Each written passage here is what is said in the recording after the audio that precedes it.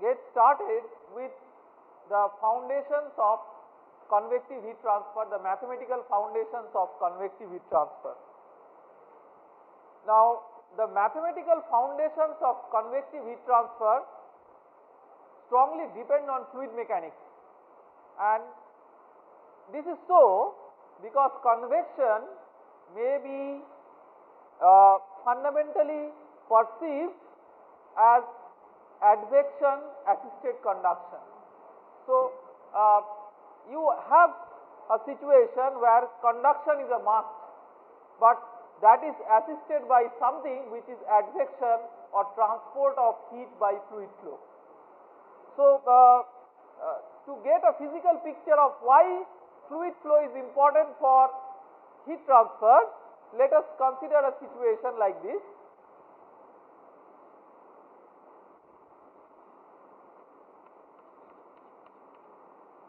Let us say that you have a solid boundary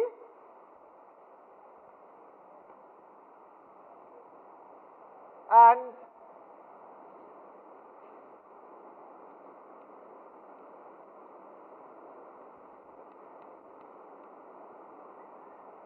fluid is coming from fast stream with a velocity u infinity and temperature T infinity.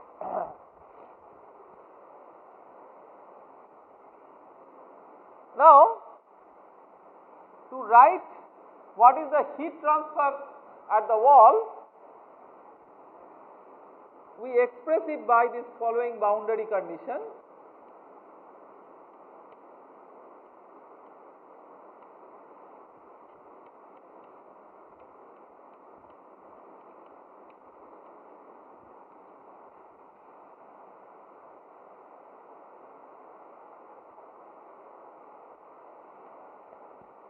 We have discussed earlier that this boundary condition is valid for both steady state and unsteady state, and only important assumption is that radiation is neglected. Otherwise, there will be a radiation term along with it.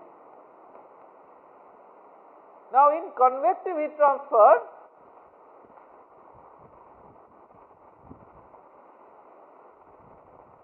we are mainly interested to find out what is H.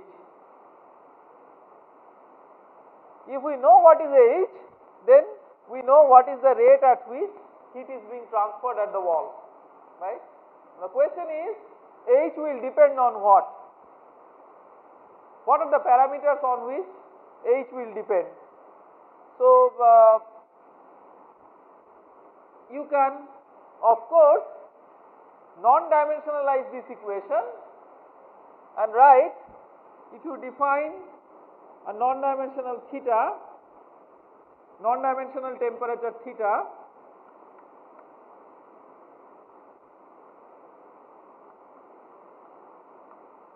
and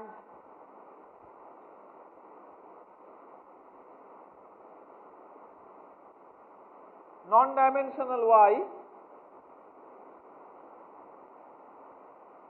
by L, then you can write this equation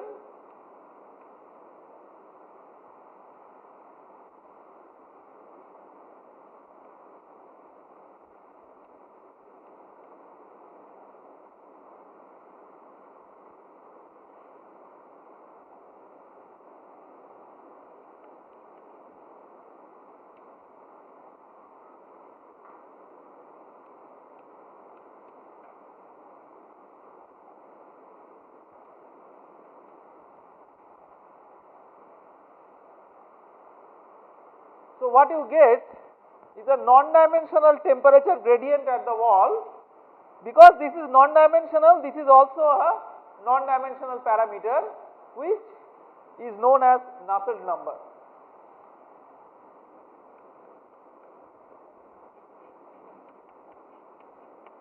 It is very important to understand that there is a fundamental difference between this Nusselt number and the Biot number that we have talked about in conduction heat transfer. We will come into that. Now, we will see what are the parameters on which we depend and we will bring a context by virtue of which we will understand that how fluid mechanics relates to heat transfer. So, my first question is, what is this K? Is this K of solid or K of fluid? Okay. This is my first question. Is this K of solid, or you have a solid wall and you have a fluid at the top of it? So, this is K of solid or K of fluid? So, sometimes as I often discuss that these days it is easier to get an answer if we pose it in multiple choice mode, right? Number 1 K of solid, number 2 K of fluid, number 3 either K of solid or K of fluid, number 4 none of the above we cannot say. So, 3 choices: K of solid, K of fluid, K of solid or K of fluid. Let us see.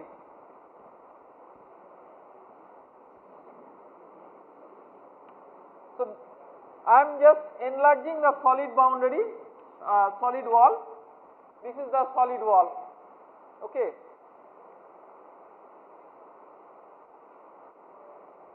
Let us say that this temperature is T wall, which may be a function of x. X is this is x axis. T wall may itself be a function of x, may not be a function of x. So, if this is T wall, let us take an example that T wall is greater than T infinity. I mean, we can take two interesting examples. One is T wall greater than T infinity, another is T wall less than T infinity. T wall equal to T infinity is a redundant example, because then there is no temperature difference between the wall and the fluid. So, let us say this temperature is T1. If it is steady state, what will be the temperature profile between T1 and T wall? Linear temperature profile, right? So, let us draw it with some color.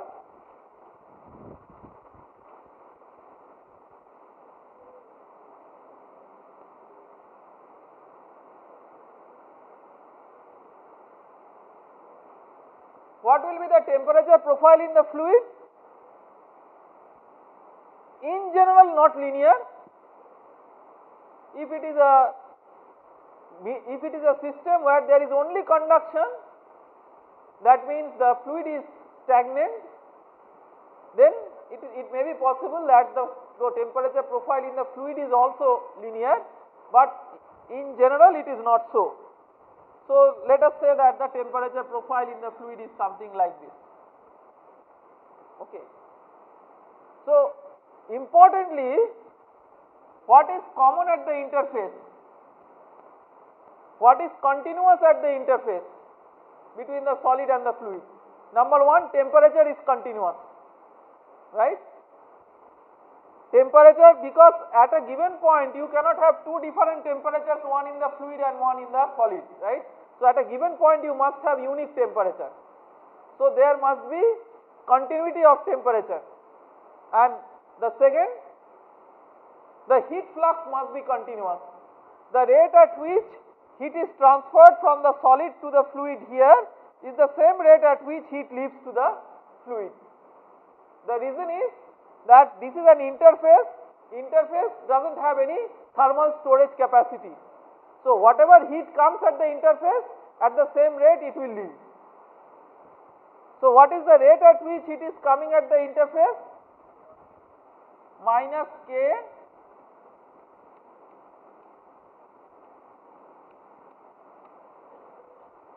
right, S for solid. We will use S for solid and F for fluid.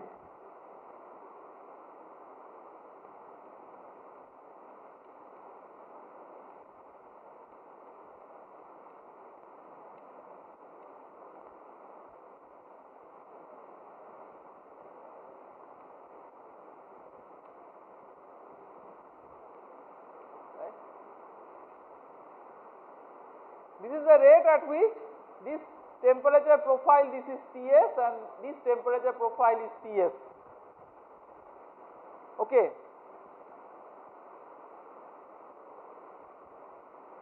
So this is equal to the heat flux at the wall. Wall means interface, not the bottom at this location. This is equal to H into T wall minus T infinity. This is nothing but the so called Newton's law of cooling. Okay. So this is always valid except when radiation is present, a radiation heat flux has to be added. Now, based on this, can you give an answer that whether it is K of solid or K of fluid? Yes? See, it all depends on whether you are using the temperature profile of the solid or temperature profile of the fluid. If here you are using temperature profile of the solid, then this will be K of solid. If here you are using temperature profile of fluid, it will be K of fluid. But in convective heat transfer, our interest of domain is the fluid domain. Therefore, we are interested to find out the temperature profile in the fluid and the temperature gradient in the fluid profile. So if we are interested to do that, that means this is K of fluid. But fundamentally, there is no restriction that it will be K of fluid. It depends on it is T of what. If it is T within the solid, then this is K of solid. If this is T within the fluid, it will be K of fluid. Okay. And you can see here that because in general Ks and Kf are different, therefore the slopes of these two lines are different. They are not, these two lines have same unique value at their points of intersection, but they do not have the same slope because Ks and Kf are in general different. Okay. So, important thing is that if this theta is theta of the fluid, now we write here theta of the fluid, then this is K of fluid. Right. So, non-dimensional temperature gradient of the temperature profile within the fluid is equal to HL by K of fluid. In the Biot number definition, the K was K of solid, and in the Nusselt number definition, K is K of fluid. Okay. So, typically we can say that Nusselt number is therefore a representation of non-dimensional temperature gradient in the fluid at the interface between the fluid and the solid. So, it will depend on what?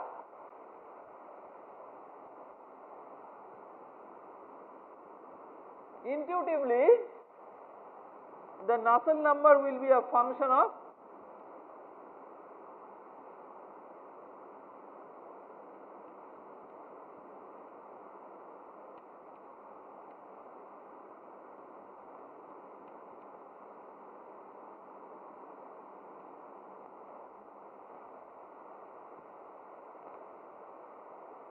these are the parameters, like out of these what are the fluid mechanics parameters?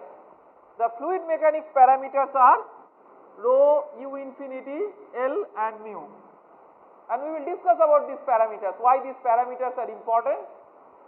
And the non-fluid mechanics parameters are K, Cp and partly rho also. Rho partly contributes to the fluid dynamics parameters and partly contributes to the thermal parameters. So, the question is that why these parameters are important? These parameters are important because of the following reason. Let us take an example. Let me ask you a question. If U infinity is increased, do you expect a higher heat flux at the wall or lower heat flux at the wall?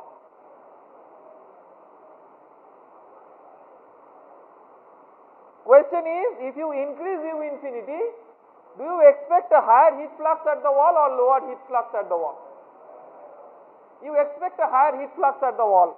The reason is like this.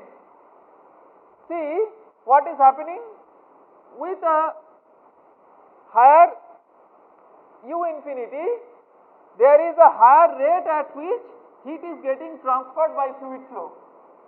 To compensate for that, to replenish that, more heat is to be supplied from the wall.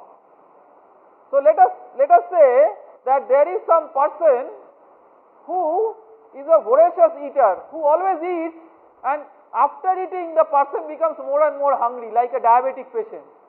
So then, to make that person happy, you have to supply more food, otherwise that person will not feel happy.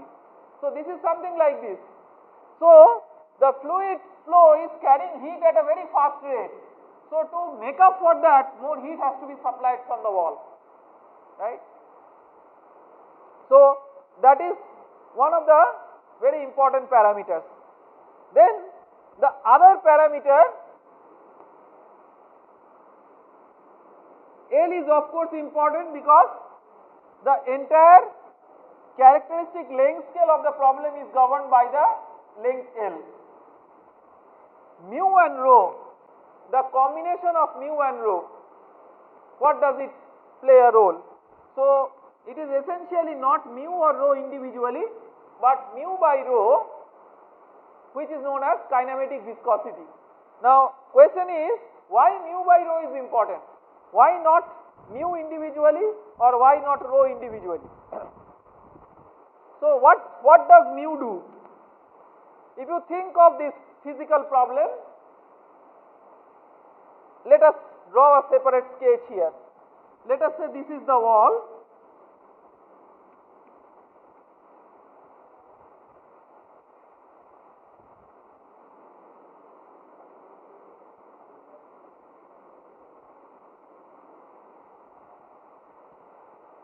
The first molecules which are adhering to the wall will directly feel the effect of the wall. So if the molecules are significantly compact, then they are almost like trapped by the attractive interactions of the wall and they cannot escape from the wall. This in fluid mechanics, in classical fluid mechanics, is known as no slip boundary condition. So that there is no relative tangential component of velocity between the fluid and the solid boundary. Of course, there are many situations in microfluidics and nanofluidics where this no slip boundary condition is violated, but we will not discuss about that in the basic course. So let us say that there is a situation when the no slip boundary condition is valid and the molecules are sticking to the wall. Now these molecules are sticking to the wall because they directly understand that there is a wall. Now consider the second layer of molecules on the top of these ones. This second layer of molecules, what happens to them? Does this second layer of molecule move with a velocity u infinity?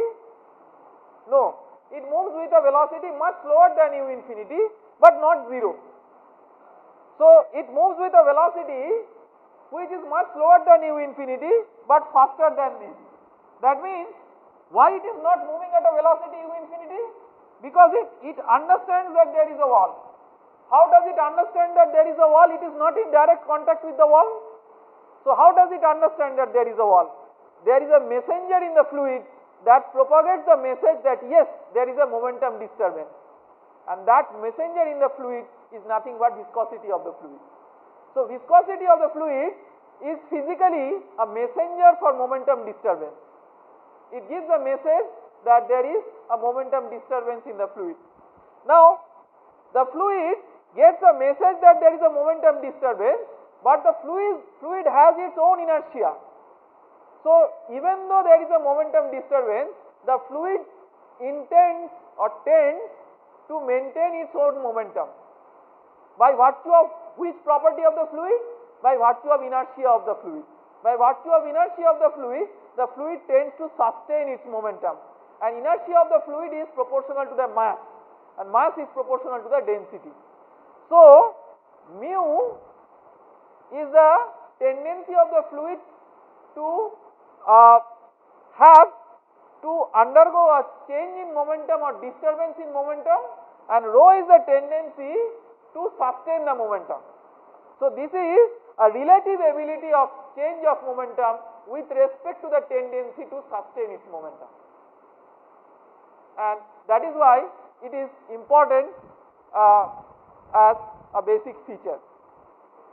And you know, it is very interesting that there are different types of fluids which grossly vary in mu and rho, but in terms of the property mu by rho, there are many apparently different types of fluids which have close value of the kinematic viscosity. If you go to steel plants, you will find that there is flow of molten steel in steel plants. Now, to understand the fluid mechanics of molten steel, many times in the R&D divisions of steel plants, what they do is they make water models. That is, instead of studying the behavior of steel, they are studying the behavior of water in a transparent box. Now, the question is that why it is being done like that? Of course, the practical constraint is that molten metal flow at a very high temperature. It is very hazardous to deal with, it is very hazardous to handle. So, it is very difficult to do fluid mechanics experiments by visualizing that. Not only that, molten metals, most of the cases they are not transparent medium. So, you cannot visualize the flow. So, there are practical reasons, but the question is that when you cannot visualize molten metal, how can you replace water with molten steel? One of the basic reasons is that typically mu of steel is roughly 10 times mu of water, roughly one order, and rho of steel is also roughly one order more than that of water. Right. So, mu by rho of steel is mu by rho of steel is roughly mu by rho of water. So, this is very remarkable behavior that although density and viscosities of water and steel are grossly varying, but kinematic viscosity of water and kinematic viscosity of steel are roughly very similar. Now, that makes water models work, but only when heat transfer effect is not very important. When heat transfer effect is important, you also have to consider the thermal diffusivity, and thermal diffusivity of steel and water are grossly different. So, when heat transfer effects are very important, just by this similarity you cannot say that whatever will happen for molten steel will be the same with water, because the thermal diffusivity wise they are different. But purely from fluid mechanics considerations, this is the similarity. Now, we have to understand that what will be the role of this mu. That is, if you increase this mu, what will be the wall heat flux? Will it increase or decrease? See, what we are trying to do, we are trying to understand physically first the influence of fluid mechanics parameters on heat transfer, because that will give us a motivation of why should we study fluid flow equations in the context of heat transfer. In the context of fluid mechanics we study fluid flow equations fine, but why in the context of heat transfer we should study fluid flow equations. So, U infinity role we have understood. So, now we have coupled these two and we are trying to see that what is the role of this mu. Now, if mu is high, what will happen? See, mu will dictate that how far from the wall you should go to attain u infinity. The distance from the wall that you go to attain close to u infinity, that is known as the boundary layer thickness, right. So, boundary layer thickness can be anything from very small to very large. So, the question is that when nu is increased, then what do you expect the boundary layer thickness to be, large or small? If nu is large, that means if nu is increased, then what is the distance up to which the wall effect is felt? The distance is more, right. So, more and more fluid understands the effect of the wall if the fluid has higher kinematic viscosity, because the momentum disturbance is very strong. So, if that means if nu is large, then the boundary layer thickness is large. If the boundary layer thickness is large, what is the velocity gradient within the boundary layer?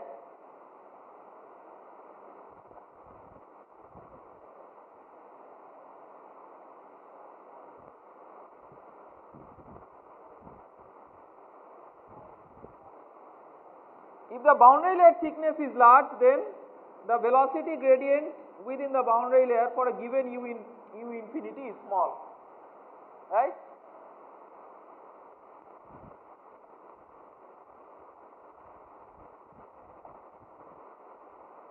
Now, it can be shown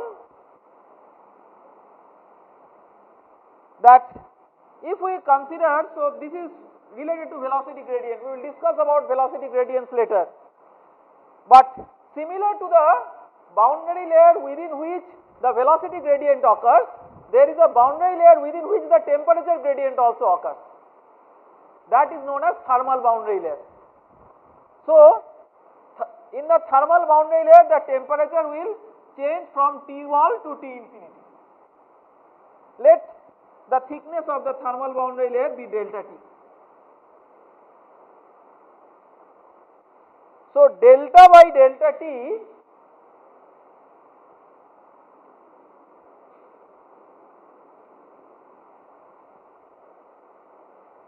what is delta related to? Delta is related to the kinematic viscosity of the fluid. Similarly, from analogy, can you say what is delta T related to? Thermal diffusivity of the fluid, right. Kinematic viscosity and thermal diffusivity are very similar parameters. Thermal diffusivity is what? Thermal diffusivity is K by rho Cp. K is just like mu by rho, mu is momentum disturbance and rho is momentum sustenance. Similarly, K by rho Cp, K is thermal disturbance due to conduction and rho Cp is the ability for thermal storage or thermal, that is thermal inertia. Okay. So, very similar. So, nu by alpha is related to delta by delta T, and this nu by alpha is a parameter known as Prandtl number.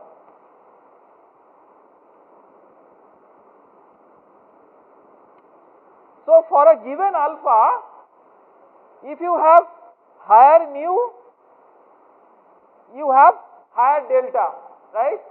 So, if you have higher delta, because the Prandtl number is a property of the fluid, you should also have higher delta T, because delta by delta T is fixed for a given fluid. So, if you have a higher value of delta T, then what will happen? If you have higher value of nu, you will have higher value of delta T. If you have higher value of delta T, then what is the temperature gradient within the thermal boundary layer? Is it more or less? Remember that we are essentially interested about the temperature gradient. So, what is roughly the temperature gradient within the thermal boundary layer? T infinity, T wall minus T infinity by delta T, roughly. If it was linear, this is just order of magnitude. Okay. So, this is roughly del T del Y at the wall, order of magnitude. Okay. So if you have higher delta T, you will have lower heat flux.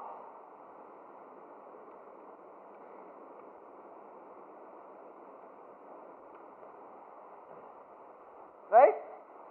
That means the Nusselt number will be low. Right? So you can see, we started with nu, we came with heat flux, something very non-intuitive, right? We started with a pure fluid mechanics parameter and we came up with a increase of nu will have a decrease of heat flux. That means decrease of nu will have an increase of heat flux. So decrease of nu and increase of U infinity and also increase of L are of same effect. So the net effect is of increase of U infinity L by nu. If you increase U infinity, the effect is like decrease of nu and increase of L, and this together as a combination is Reynolds number, that all of you know, right? So the Nusselt number for forced convection will be a function of Reynolds number and this parameter Prandtl number, right? I just tried to give you a pure physical argument without getting into any mathematics, just simple physical argument. But this kind of physical argument is very important because we should first develop a motivation of why are we interested to go through the fluid mechanics equations to understand convection. So here is the parameter which now is related to fluid mechanics. So this gives us a motivation of why should we study fluid dynamics for convective heat transfer.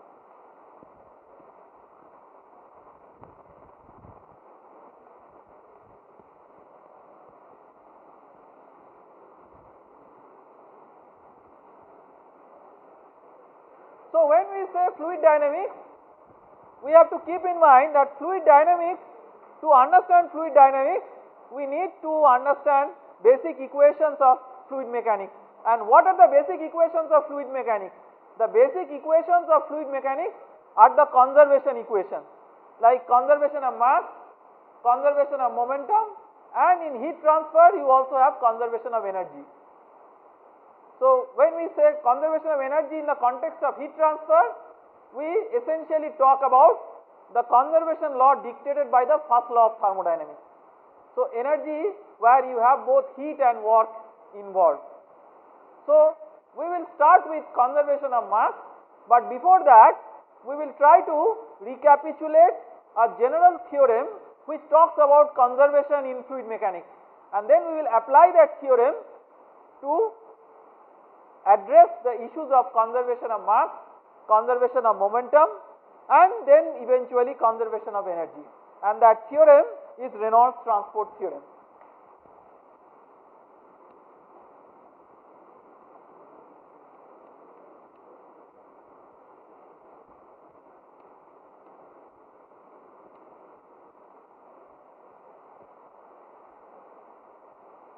Again, everything requires a motivation, right? We should understand that why are we interested about Reynolds transport theorem. I mean, as a teacher I believe that any teaching should not start with let us take a control volume, do this and do that, all these things are fine, but it is important to understand first that what you are trying to achieve with Reynolds transport theorem and why you are trying to do that. See, all the basic laws of mechanics, classical mechanics, are based on something, a concept which is control mass system, that is a system of particles of fixed mass and identity. If you think of Newton's laws of motion, the basic Newton's laws of motion, they also talk about some identified particles on which you apply the basic law. So you have a control mass system which in a mechanistic approach is also known as Lagrangian approach, that is you track the motion of identified particles. The particles may be solid particles, fluid particles, whatever. On the other hand, in fluid mechanics you do not commonly rely on Lagrangian approach. Why? Because fluid has numerous number of continuously deforming particles, and it is impossible to track the motion of individual particles just like that. You may track a motion of few identified particles, but the total description of motion of a fluid by identifying all the particles is difficult. So instead what you do? Instead you focus your attention on a specific location, as if you are sitting with a camera and focusing the camera at a particular location and seeing what change is taking place across that, what fluid is coming in and what fluid is going out. So that approach is known as Eulerian approach or control volume approach. So in fluid mechanics you are dealing with control volume approach, but the basic laws are all described on the basis of a control mass system. So you require a transformation from a control mass system approach to a control volume approach, so that equations of motion can be written in terms of a control volume approach, and that transformation from control mass approach to control volume approach is given by a theorem known as Reynolds transport theorem. That is why we need to study the Reynolds transport theorem. So let us say that we have a system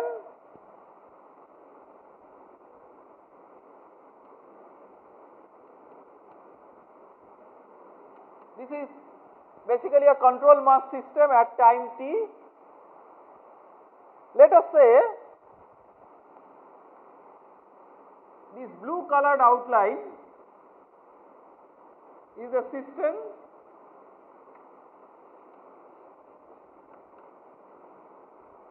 at time t plus delta t.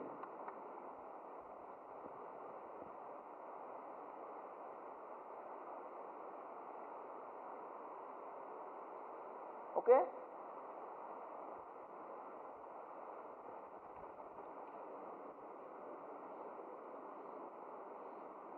This common region you can identify as a control volume, that is a fixed region on which you focus your attention over the time interval delta t in the limit as delta t tends to 0. So you can say that this is your control volume. Now this entire region can be divided into several parts. Let us say this is zone number 1, this is zone number 2 and this is zone number 3. Let us say that capital N is any extensive property of the fluid.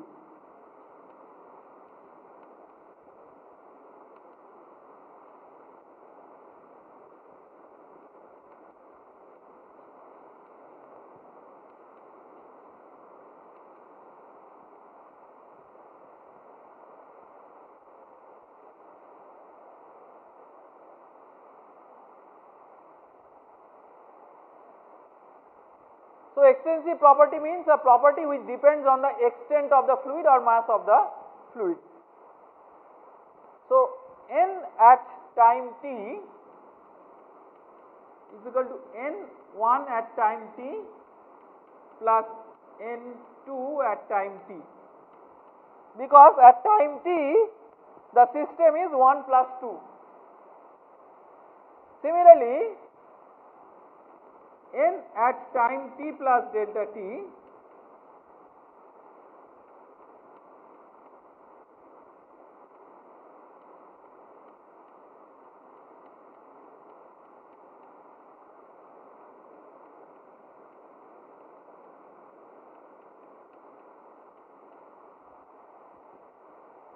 this, okay, 3, this is 3.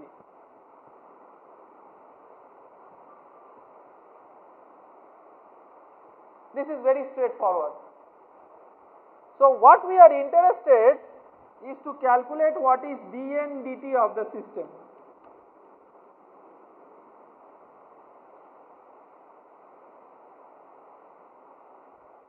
So by definition, this is limit as delta t tends to 0, n t plus delta t minus nt divided by delta t.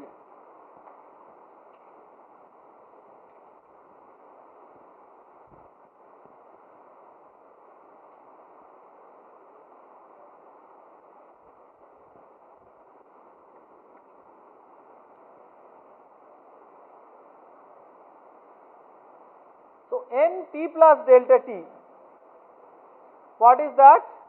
So, it has two parts, one is 2, another is 3, and nt it has also two parts, one is 2, another is 1.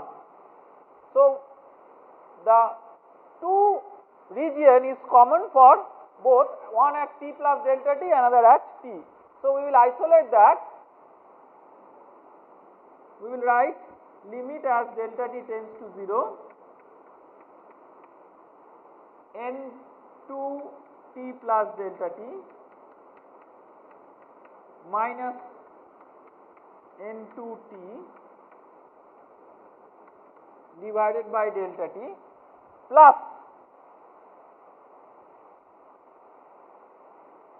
n3 at t plus delta t divided by delta t. What is that? That is the rate at which the property is flowing out of the control volume. Remember that as you are advecting in this way, this is acting like inflow and this is acting like outflow. So, this is plus rate of outflow minus rate of inflow of property.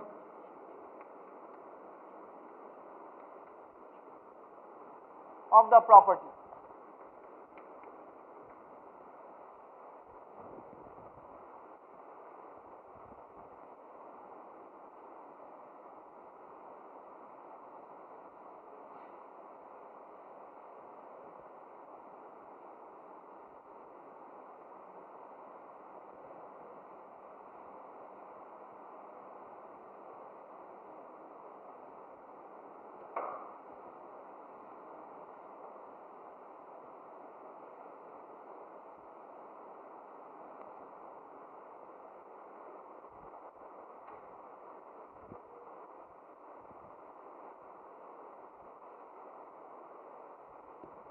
Now, the next job is to express this mathematically, rate of outflow minus rate of inflow of property.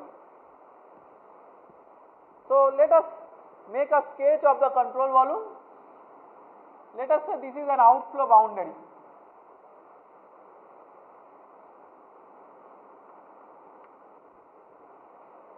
Let us say dA is an elemental area on the outflow boundary.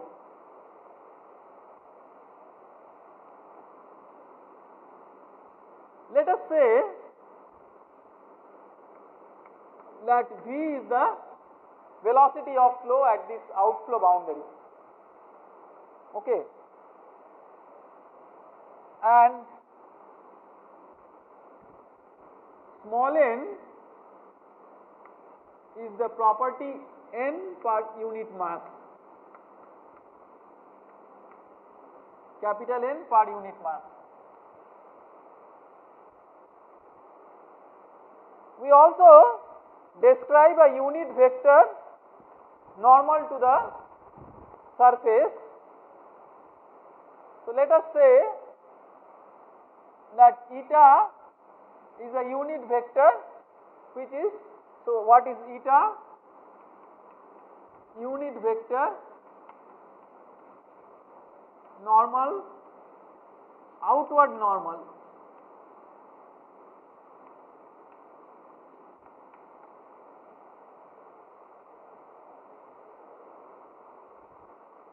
Now, can you tell what is the mass flow rate through this dA? What is the mass flow rate through this dA? What is the volume flow rate through this dA? Volume flow rate is the normal component of velocity times the area. So, what is the normal component of velocity? This is the normal component of velocity times the area is the volume flow rate. this times the density rho is the mass flow rate and small n is the property per unit mass. So, this times n is the total rate of the property flow across the outflow boundary. Okay. Let us think about an inflow boundary. Let us say this is an inflow boundary.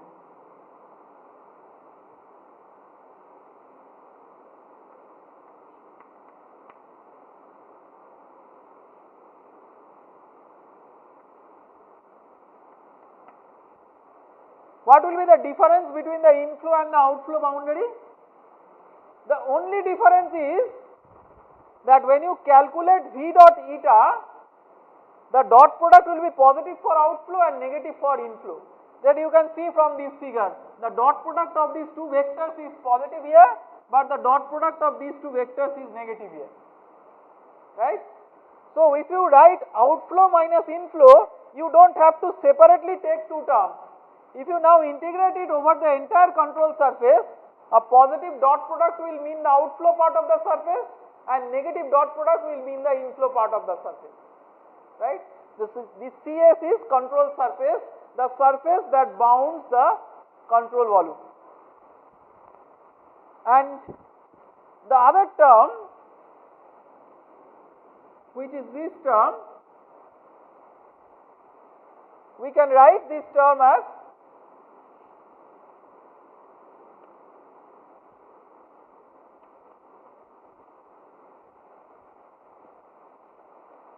partial derivative of n with respect to time within the control volume. Why partial derivative? Because you are fixing your location 2 and at the same location you are finding the change of property with respect to time. So, change of property with respect to time at a fixed location. That is why partial derivative and not ordinary derivative. So, we can combine that and use in this expression to write dn dt of the system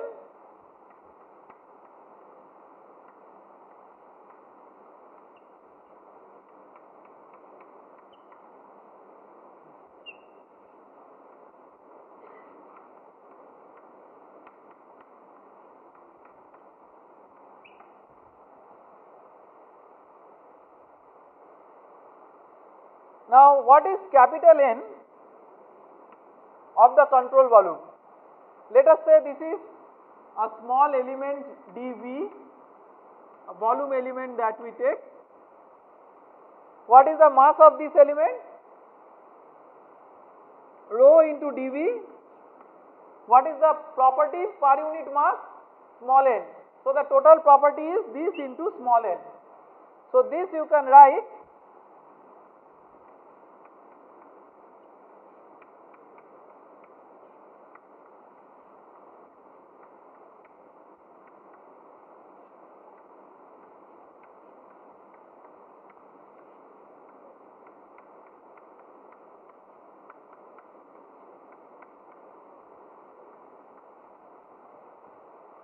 there is one important point to note here is that what is this V? Let us say that this control volume is a tank. Let us say that there is a tank which is moving towards the right with a velocity of 1 meter per second. And let us say water is also moving towards the right at a velocity of 1 meter per second. There is a hole in the tank. Question is, what is the rate at which water is coming out of the tank? There is a tank in which there is a hole. The tank is moving towards the right with a velocity of 1 meter per second and water is also moving towards the right at a velocity of 1 meter per second. Then what is the rate at which the water is coming out of the tank? 0, right? Because water is moving at, the tank is moving at 1 meter per second, in the same direction water is also moving with 1 meter per second. So, there is no relative velocity of water with respect to the tank. So, the flow across a control surface depends on not the absolute velocity, but velocity of the fluid relative to the control volume. So, this V must be VR. velocity of fluid relative to the control volume, not the absolute velocity. So now see, we have been successful in deriving a general relationship where the rate of change with respect to a system, this is a Lagrangian parameter, is described in terms of rate of change with respect to a control volume, that is an Eulerian parameter, and this is known as Reynolds transport theorem.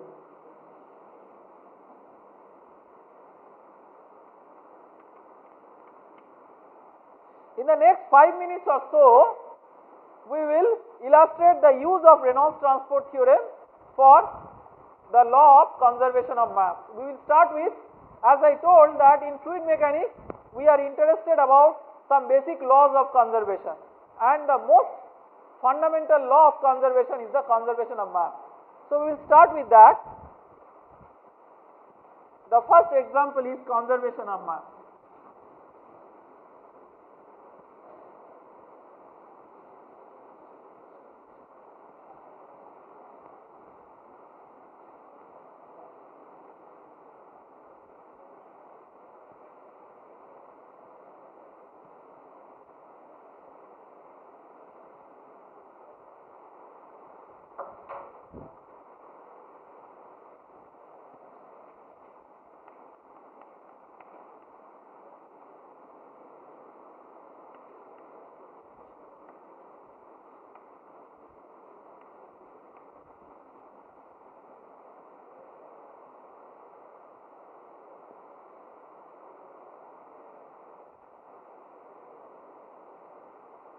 For conservation of mass,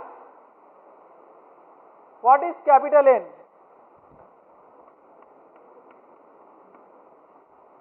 It is the total mass of the system. What is small n? 1, right?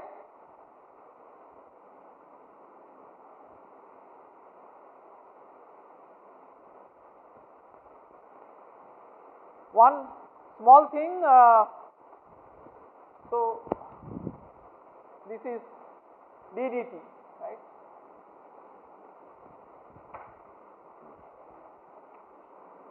Because this is the total change, right? So just look at the previous step. So what is dm dt of the system? What is dm dt of a system? By definition, a control mass system has a fixed mass. So what is the rate of change of mass of a system? 0, right? So this is 0. So you have 0 is equal to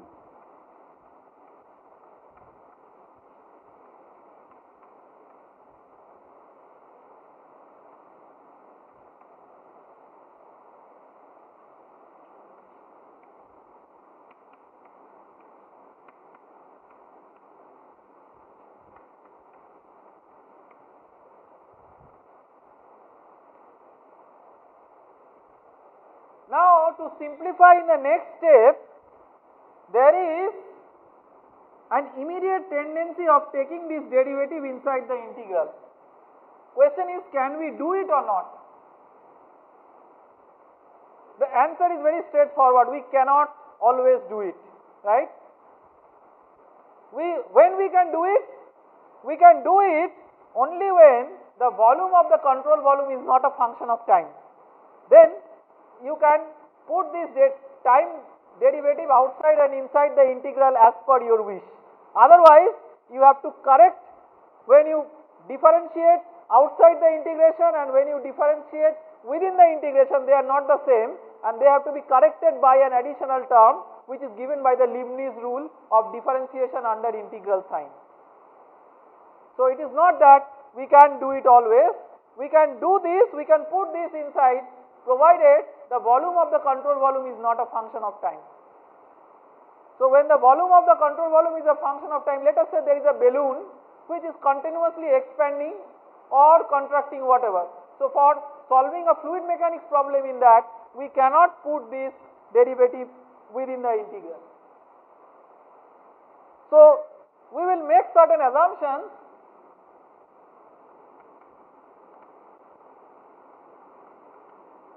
One is non-deformable control volume.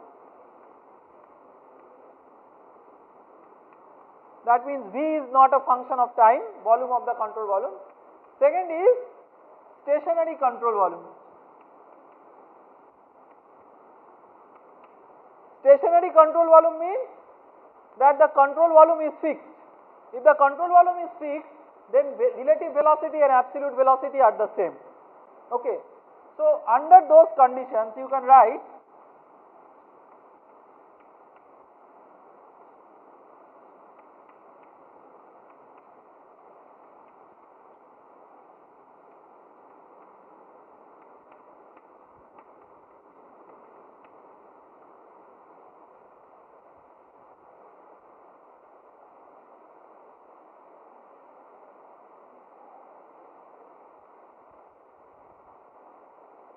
finally, this is a volume integral. So, we can convert this into a volume integral by using the divergence theorem. So, we can write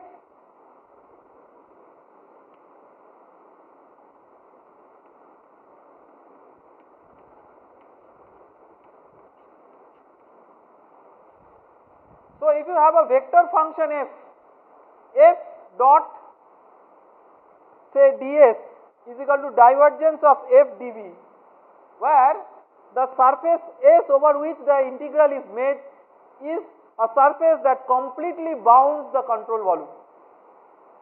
By definition, the control surface is a surface that completely bounds the control volume.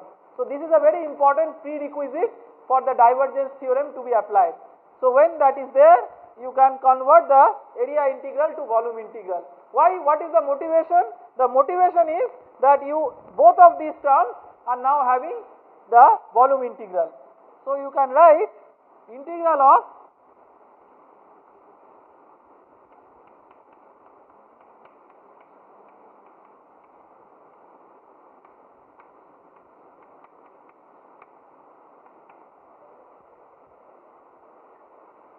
now let us look into a situation. You have integral of fx dx equal to 0. Does it necessarily mean that fx has to be 0? If it is a definite integral, not, right? For example, you may have a sinusoidal function, say y equal to sin x over a period, integrated over a period, the integral will be 0. That does not mean that sin x equal to 0 everywhere, right? But when this is true for any arbitrary choice of the domain, then the function must be 0, right? So, this is true for any arbitrary choice of the control volume. That is what is very important. Not just a specific choice, but for any arbitrary choice of the control volume, and that means that this must be equal to 0.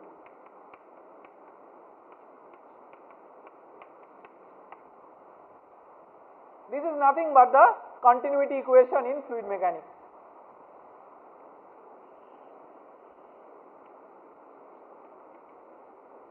So, the continuity equation physically talks about conservation of mass.